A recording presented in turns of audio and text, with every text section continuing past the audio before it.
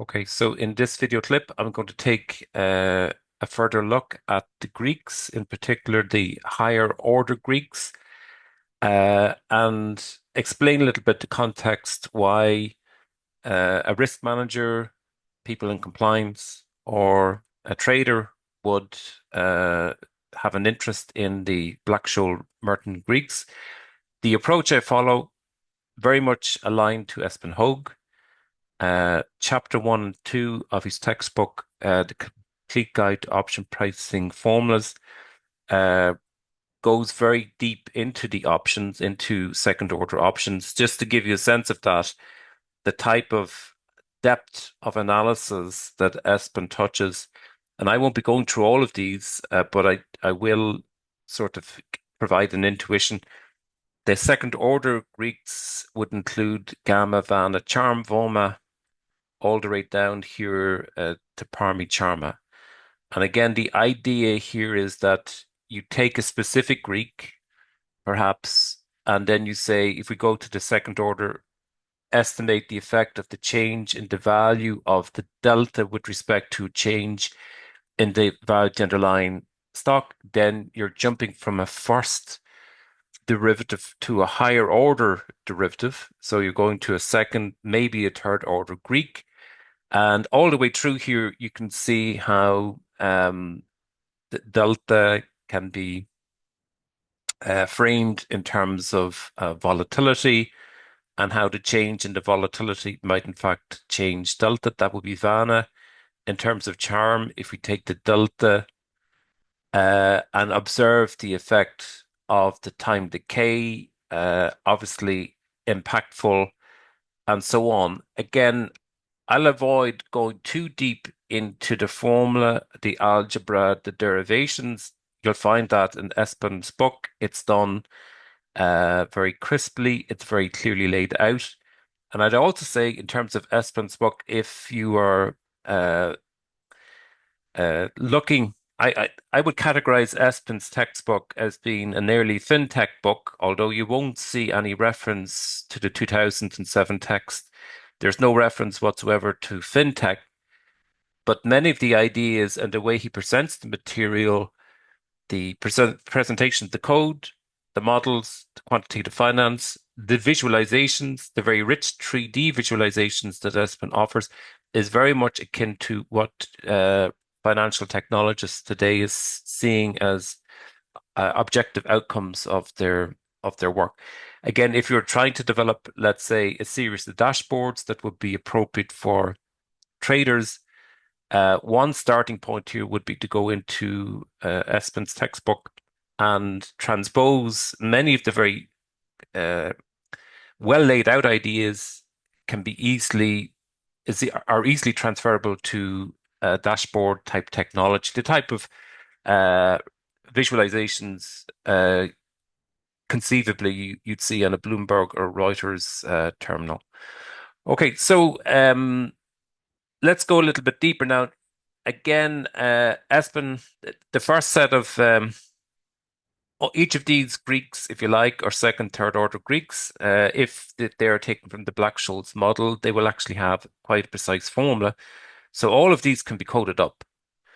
And if you follow the approach set out by Espen, he uses the generalized Black-Scholes Merton model, meaning he makes reference to B. So every conceivable model, the way he writes his code means you can use Merton.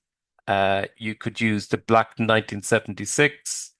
You can use Black-Scholes. All are conceivably usable within the uh, the way he's laid out his code. So the cost of carry here works out this presentation in terms of the code, in terms of the the formula is a little bit more streamlined in that sense. So I'm going in the snippet of code that follows here, I'm going to incorporate B into our estimations when estimating the Greeks. So I've set out, haven't gone as deep, but I've set out here in the estimation the standard Greek. So that's delta, gamma, theta, vega, and rho.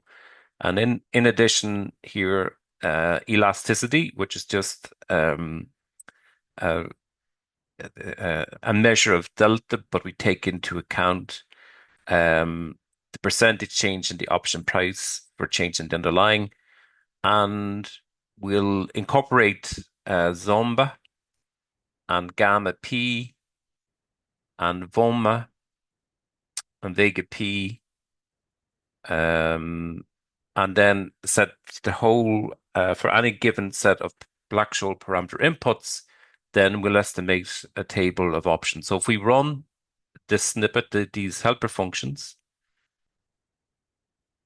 we can invoke them by setting out a series of parameter inputs. So if we load in our parameter inputs as S is 100, these are standard parameter inputs I use for Black-Scholes.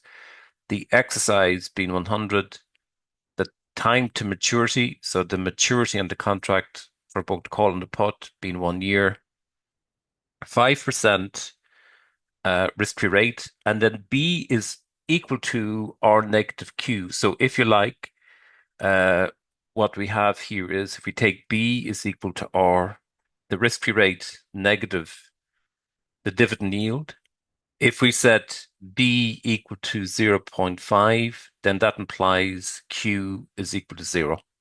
So in a situation where we set out R as 5% and then leave B as 5%, that implies Q in this instance is 0. So we'll just take that as our baseline because I previously worked and in Excel and in Google Sheets that I've incorporated into this Google Colab that I will leave the link to. I've previously worked out the values of those particular Greeks that you can go back and check against. Now, when we run our snippet of code here, load in our parameter inputs as set out here, then that will produce a table of Greeks going for delta gamma, elasticity, Zomba, gamma P, Vega, Vomba, Vega P, theta, and rho.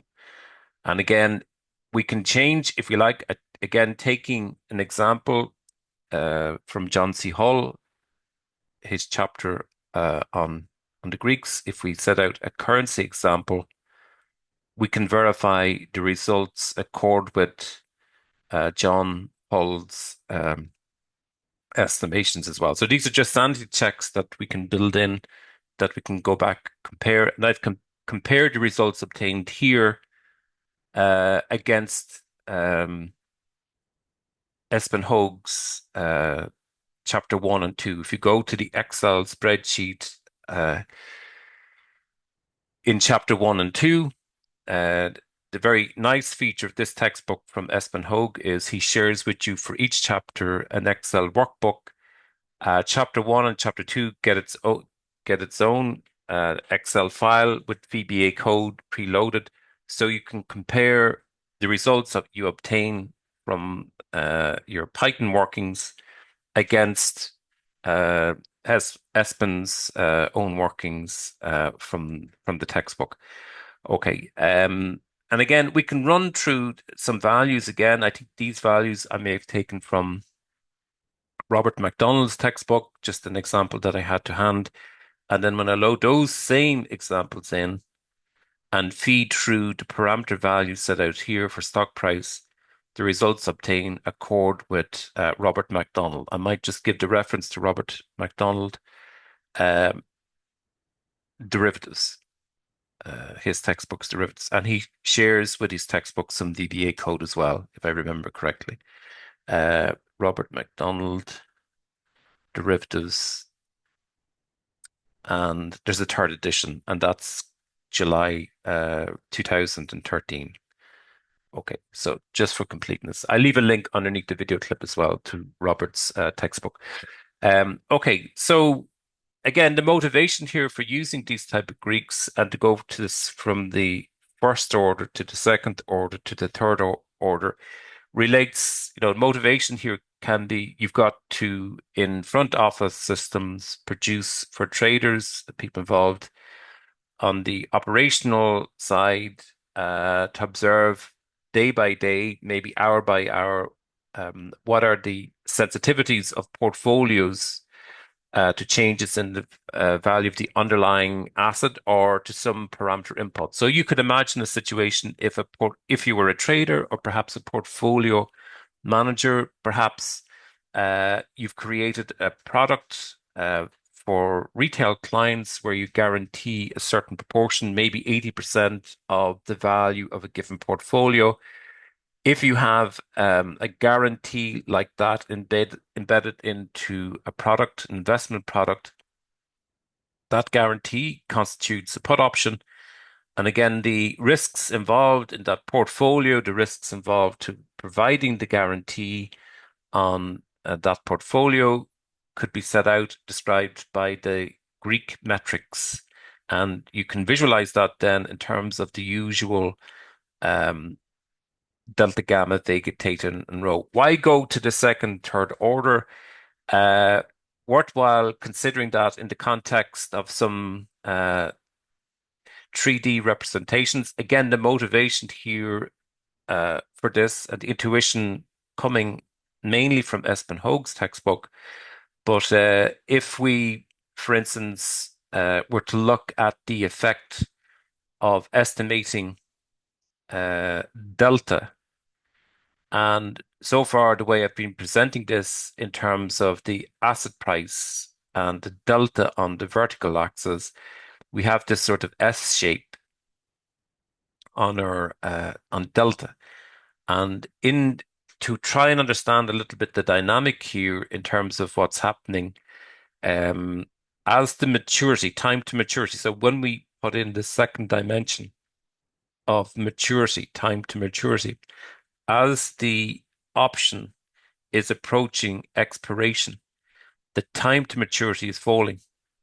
So initially, the delta for the longer dated instrument is quite smooth. Now we can't see exactly here, but using Plotly, we'll be able to rotate the axis and observe a little bit more dynamically what's going on. In fact, I might go below to a Plotly representation of the code.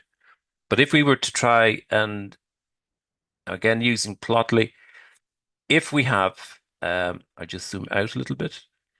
This is the time to maturity. On this axis, we have the underlying stock price. On the vertical axis, we have the delta of the call option. We'll note that as the stock price falls below the exercise here at the options 100, as the stock price falls below 100, the value of delta goes to 0. As S increases above the exercise on the call option, the value of the delta goes to 1. So we're bounded by 0 and by 1. However, if you look at the dynamic in the relationship here, you'll note that as the time to maturity of the option falls, the delta becomes a lot sharper. And so the sort of graduated for the longer time to maturity, when we're looking for at options that have that full 1 year maturity in the option, you notice how gently and graduated, how smooth the option just, it's much more graduated. So initially you have a slightly gently sloping slope, and it increases at an increasing rate and then decreases at a decreasing rate, but much more gently climbs up to 1. When we compare the option for the longer maturity, for the short maturity, so when the option is running out of life, as we're approaching, so when we go from 1 year and then that we go to 6 months and then we're approaching the maturity of the option. Let's say the option was issued with 1 year maturity. As we run out of time, as time passes, the delta becomes much more crisp and the slope initially is gentler, but then becomes very dramatic. And so in a sense, what we're observing here is uh, if you're a trader and the stock price is bouncing around close to the exercise price, if you're delta hedging, you may have to go all in or all out of the underlying. If you imagine for a moment the delta hedging strategy, where you take a position in the underlying to offset the short position in the call option, as the stock price increases, you have to take an ever increasing stake in the underlying asset to cover your exposure. Likewise, as the stock price falls, you can sell out the stock position to cover your short position in the option. But when you get close to maturity, that becomes much more dramatic. And so you're looking at a very steep slopes type situation, a very dramatic situation that a small change in the underlying stock price will trigger a fairly significant dramatic effect. Either you buy up fully the underlying asset to cover your option position or you sell out completely. And a small change in the underlying stock price close to the exercise produces an enormous effect in terms of your delta. So if you like, from the perspective of a trader, this is the type of situation that gives sleepless nights, right? This steepness. So when you come up to the option maturity, as the option is about to expire, European option, when the delta is very dramatically, uh, if you're far away from the exercise, you're either completely sold out your position or fully bought up. But at the exercise, you're ping-ponging here with the stock price. And as the stock price changes, it will trigger enormous rebalancing in terms of the portfolio. And again, not too good for your full night's sleep as a trader, as a portfolio manager. Again, if maybe we should take a look at the code, how we generated that. If I go initially here to our estimating the delta, so this is a complete snippet of code where we're importing a numpy for mathematical operations, matplotlib for graphing, and scipy for some statistical measures. And we estimate D1 in the usual fashion, and then from that we deduce ND1. So ND, the delta of a call option is E negative QT ND1. And then we set out, we lock a number of the parameters. So we say we're going to lock K at 100, the risk-free rate at 5%. Dividend is still stuck at 0, and we also lock sigma. But then we say generate the stock price, generate 100 stock prices going from 50 to 150, and generate in uniform sequence uh, time to maturity going from almost 0 up to 1 year. And then set out that in terms of a mesh. So in effect, what we're getting is at 100 by 100. So 100 different stock prices, 100 different maturities, and that's 10,000 separate uh, S combinations of S and T that we'll put through our delta calculation. And in fact, when we look at this delta grid, we're producing a delta visualization, 3D representation based on 10,000, 100 by 100 uh, delta estimates, right? That's what we're observing here. If you put it through Plotly, it's quite, I like the combination of both, but Plotly allows you, if you set it up using the Plotly library as opposed to Matplotlib, you get the benefit of being able to eyeball a little bit more by rotating the graph. And also, if you hold two fingers down the mouse pad, you can tilt a little bit too. So you can observe by tilting also. Okay. Again, we could try that as well with gamma. And again, this is, if you like, the motivation behind Espen Haug. And Espen develops graphs like this in Excel that are actually quite lightweight in some respects and execute quite quickly. You can set this up in Excel. It's quite nimble. If we're looking at gamma and trying to set out a similar type um, visualization and observe the before we consider the stock price and time to maturity, And then the gamma, keeping in mind that the gamma is the second order, higher order Greek. We notice that for the longer dated options, gamma is actually quite gently sloped and not too peaked. In other words, delta doesn't, if we take our uh, graph here, gamma is the second, it's the change of delta with respect to change in the underlying stock price. And here for the longer dated uh, option, it's gentle, it's quite gradual. So for the longer dated options, when we consider that, frame that in terms of gamma, we see very gently sloped uh, gamma. It's not dramatic, it's not terribly peaked. Get the gamma values are relatively small uh, relative to um, the full range of the different stock prices. So for the longer dated options, gamma is quite calm. But then, as the maturity, as we approach expiration, so when we get close, for European option can only exercise at a given date. As we approach the expiration date, the behavior, the gamma here becomes enormously peaked. And essentially, what this peakness is representing, it's really another window at looking at how delta is changing. So just like we can observe here, there is an enormous steepness occurring here in delta for the shorter dated option, right? As we get close to the shorter, uh, closer to expiration date, delta becomes much more dramatic. And we're picking that up on the second order through gamma.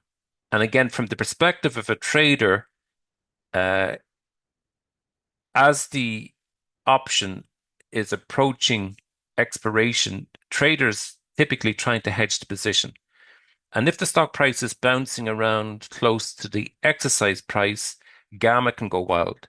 So if the stock price is quite low relative to the exercise price and the call option, uh, the trader can sleep without too much problem.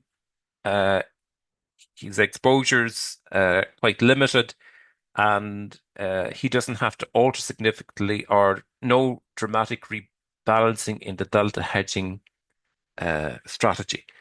If the stock price is quite high relative to the exercise price, again, the trader can sleep soundly at night, let not too much drama. But if the stock price is bouncing around uh, the exercise price, then this peakness in gamma is just a reflection. It's another metric or an optic revealing how what's happening in terms of the steepness on your delta.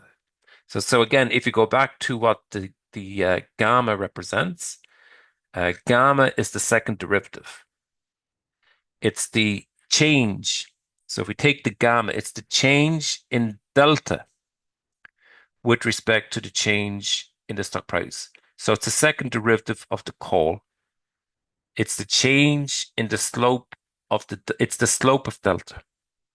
Okay.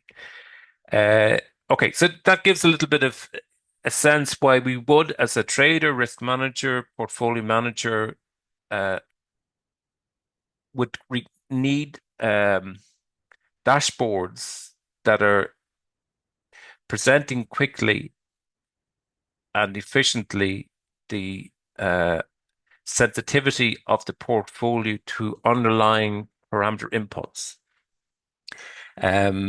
If we go a little bit further down and take a look at gamma, but present it in terms of plotly. So I could represent this if I wanted to take this matplotlib representation, make it a little bit more dynamic. We could use plotly. I'll come down below here and just show that.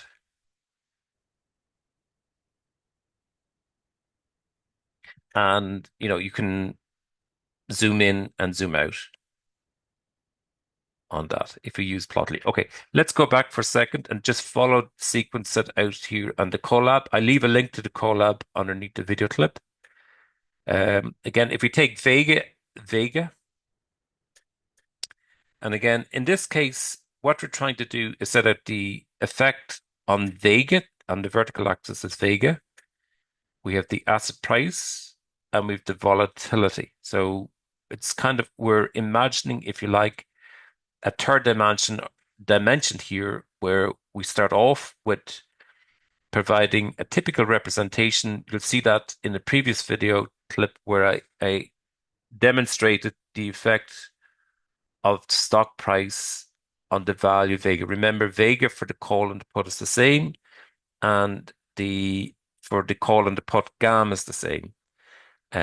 So if we take varying stock prices, we can observe that as the stock price gets close to the exercise price, Vega tends to get higher. And of course, we're close to zero here for deep out of the money options or deep in the money options if you're considering the call option.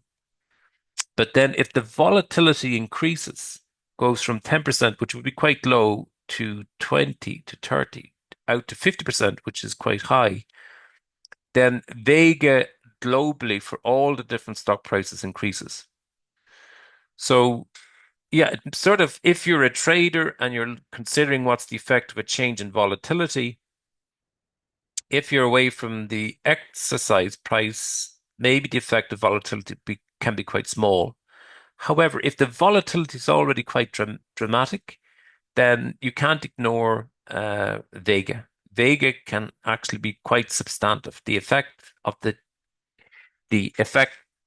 of, if you like, what Vega describes as a change in the value of the option with respect to change in the value of volatility. And when volatility is already high, you can't ignore volatility.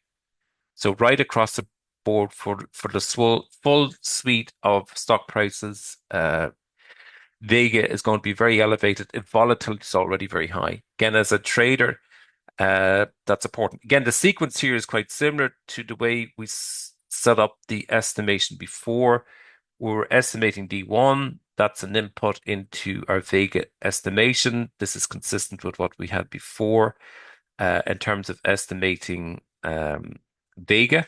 We're using the probability density function of D1 as opposed to the cumulative normal probability.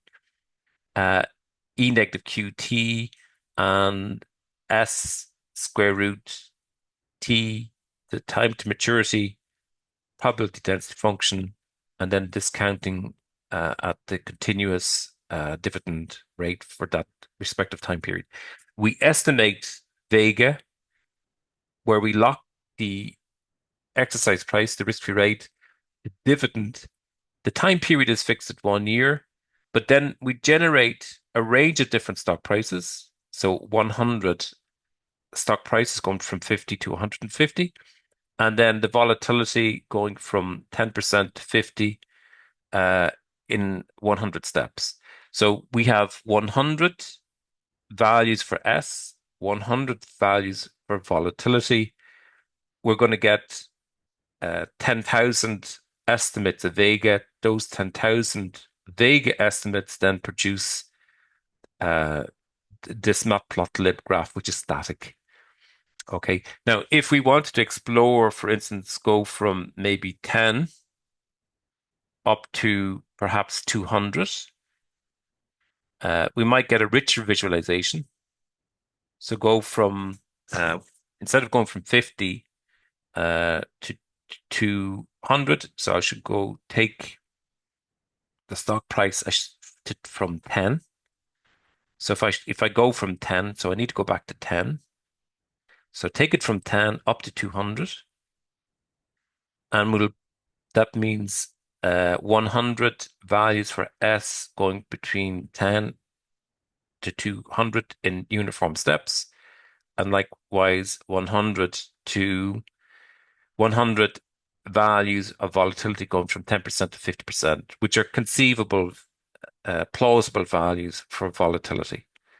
And we look at our construction here, you can see, yeah, Vega does come down, but you have to be deeper in the money or deeper out of the money for the call option. Um, we can perhaps go up to 300 and see what the effect of that is and run it again. And you can see, okay, we're getting a dropping off or a drooping off of Vega, but you have to be really deep in the money. So if the volatility is already quite high, you can't ignore Vega. If the volatility is low, Vega is not that impactful. Only when you get close to the exercise in that range from perhaps uh, 70, 80 to 120. That's where a lot of the action is. Again, a trader would sort of see this. They would kind of, from their intuitive intuition in terms of day-to-day trading, they would see these type of patterns because uh, options very often trade where, although the underlying assumptions of the Black-Scholes model are not strictly true, options very often behave uh, and sort of within a Black-Scholes paradigm. So many of the values that we observe that occur at the pricing is not, even though Black-Scholes is, we can question many of the assumptions from the model. A lot of the time, when we observe how options trade in markets, in fact, uh, for European options, the Black-Scholes model does a pretty good job. We could look at gamma for different volatility and strikes. And again, this is a little bit different. We're saying we're not changing the stock price here. We're going to fix the stock price, fix the maturity, fix the risk-free rate, fix the dividend yield, but we're going to allow the exercise to change, and we're going to have different sigma, and we're going to estimate that for different gamma. So this is a gamma estimate because it's 100 steps between 80 and 120 for the exercise. Notice we're not going from 50 to 150. It's actually from 80 to 120. And might appear a little bit inappropriate to be so focused on K here because K, the idea of the exercise is it doesn't change. But this sort of makes sense if we go to Yahoo Finance and look at the option chain for Apple or any liquid stock where there's an underlying very liquid option price market, right? If we look at Apple and go to options, the option chain, a lot of the time, in fact, when we're looking at the options and what's trading the market, we're observing Apple currently is trading at 242. Uh, a lot of the time, we're looking at different strike prices. So we're looking at call options here, and then we're getting a bid and an ask on the option. So this is currently what the midpoint between the two is generally considered what the option value is. And we do have a range of different exercise prices. So from a perspective of a trader, in fact, it does make sense to consider the Greeks for varying exercise prices because that's actually how the market functions. If you think of the ecosystem, how the market, the plumbing of the market, how we trade options on particular stocks or bonds or commodities. We trade the options across a range of different strike prices and different maturity dates. Okay, so it may, in fact, make sense to look at the strike price, and maybe here we're looking at volatility. And so if I run, so basically I'm running the gamma model, and then I'm locking the stock price, the maturity, the risk-free rate, dividend, and I'm allowing K to change, the exercise price, and we're allowing the volatility to change. And then if we map that out as a 3D representation, we can see that now again, the stock price is at 100 this time. So when S is equal to X, that tends to be where your gamma is going to be higher. And then for higher levels of volatility, it appears to droop off. So it tends to level the effect um, of the gamma here drops in value for the higher volatility, and more elevated here for the shorter volatility. Again, what we're observing is um, the low volatility is conspiring with gamma, that gamma, when the stock price gets close, when the exercise price is close to the stock price, we're getting slightly more dramatic behavior on our delta. And again, as a trader, you're kind of thinking this through in terms of all the interactions between the different variables. That's why it sort of makes sense to consider the options value or a portfolio of options value in respect to a number of different factors driving valuations. Again, if we take the next snippet of code, probably is a little bit more intuitive. It's following pretty much in line with what's above, except here we're going to observe the effect of different stock prices for different maturities. Different strike prices, different maturities, and we're pulling out a gamma estimation. But embedded here in the construction is the starting point is we're working on the basis that for different strike prices and maturities, the volatility changes. So the whole essence of the volatility surface, and I have a video clip explaining the volatility surface and how you would model it, is that for different exercise prices and for different maturities, we observe different behavior in the implied volatility. So again, if I go back to the option chain, embedded, so it's logical to think of what's happening in the option markets as we have a range of different strike prices, and coinciding with each strike price, there is an implied volatility. Some are quite wild here, but it's quite early in the afternoon, Eastern time. And but you notice that as the stock price, as the I'll just zoom out a little bit here. As the exercise price gets close to the current stock price, the implied volatility tends to come down. So when we get to 242 to 245, that's going from an exercise lower to an exercise higher than the current stock price.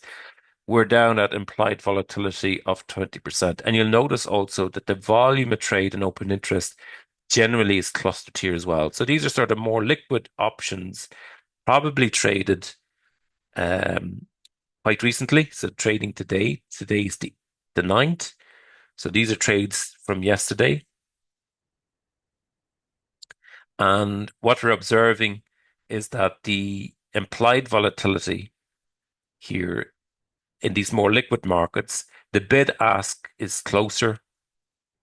We have higher volume, higher open interest, and the volatility is more settled. So you might, as a trader, you might be focused on trading this side of the market. And so you have a range for different exercise prices, you have different implied volatilities here, where the option is close to the money. And then you have different maturity dates, expiration dates going into the future. The longest dated options on Apple here, reported by Yahoo Finance, is January 2027, so 2 years out.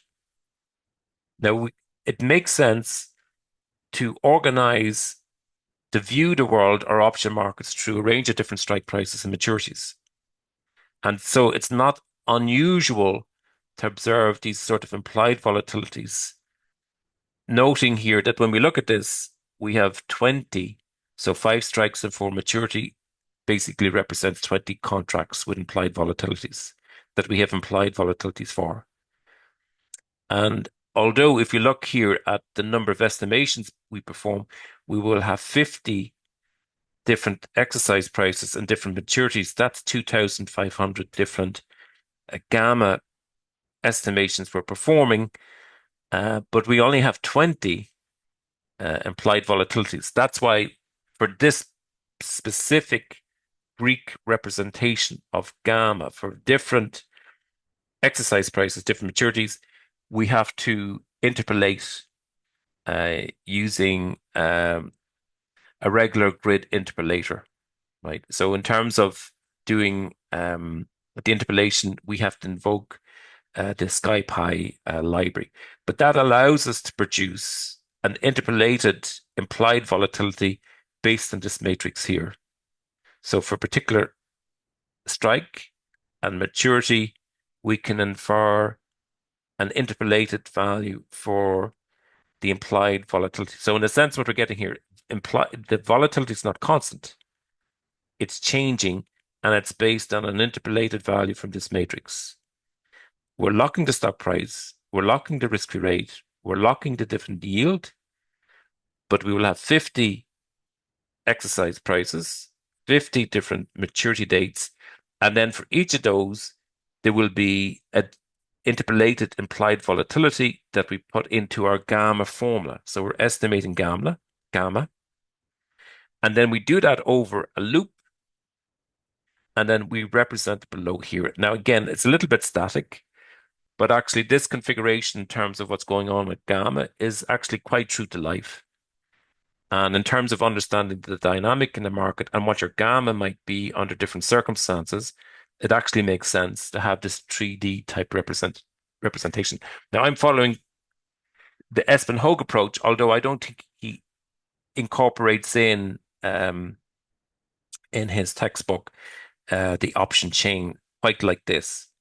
But the 3D type representation that he, in terms of how he sets it out in Excel, the approach, the philosophy here, and the approach is quite similar.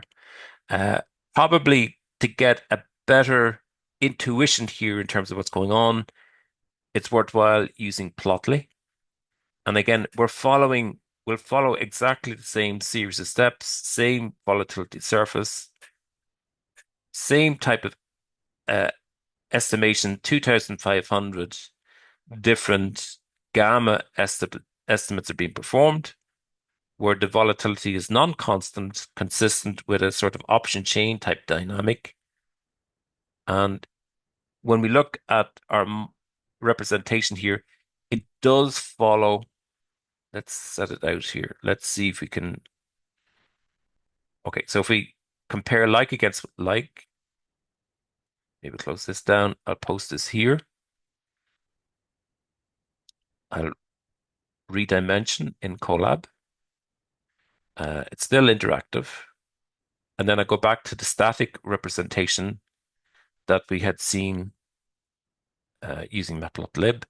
And you can see here broadly comparing one against the other, we can see, yes, it's true that as the strike price gets closer to the current stock price, gamma is elevated. And that's more obvious when the time to maturity is dropping. So you can imagine that as the option is dropping in terms of remaining maturity, as the life of the option, so we start with 2 years, we go up to uh, the final 3 months, as the life of the option is decreasing, then if the stock price is at 100, then if the exercise is close to the stock price, that's when gamma will typically be highest. And it's just reflecting the dynamic of delta at the slope of delta, where we're looking at the stock price and the exercise being proximative. So when the stock price and the exercise price are close, then small changes in the stock price can precipitate fairly dramatic effects in terms of the delta, and gamma picks that up. But for the longer dated instruments, gamma is quite calm. But as we're going through, as the life of the option is declining, in other words, we're getting closer to the expiration date, uh, we see much more dramatic behavior. What's interesting here is we've built in a means by which to take the option chain data that you'll typically find presented in maybe Yahoo Finance. NASDAQ also does something similar. If I take NASDAQ option chain and take Apple again, that representation in terms of different strike prices. Now here we have calls and puts. So puts on this side, calls on the other. And you can observe here the implied volatility. Can we see the implied, the volume open interest? But we can see here the strike price, and we can see the expiration dates. So we can see different expiration dates going all the way out to here, December 2026.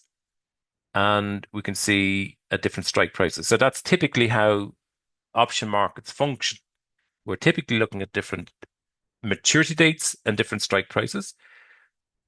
But in this instance, we can bring in directly the implied volatility. We might note, however, in terms of how that was generated, we took a limited subset of implied volatility. So when I typically download the option chain on Apple, there will be typically roughly 1,900 options, 1,900 call and puts trading on the back of Apple for different exercise price and different maturities. So here we've a limited subset, and then we interpolate from that subset.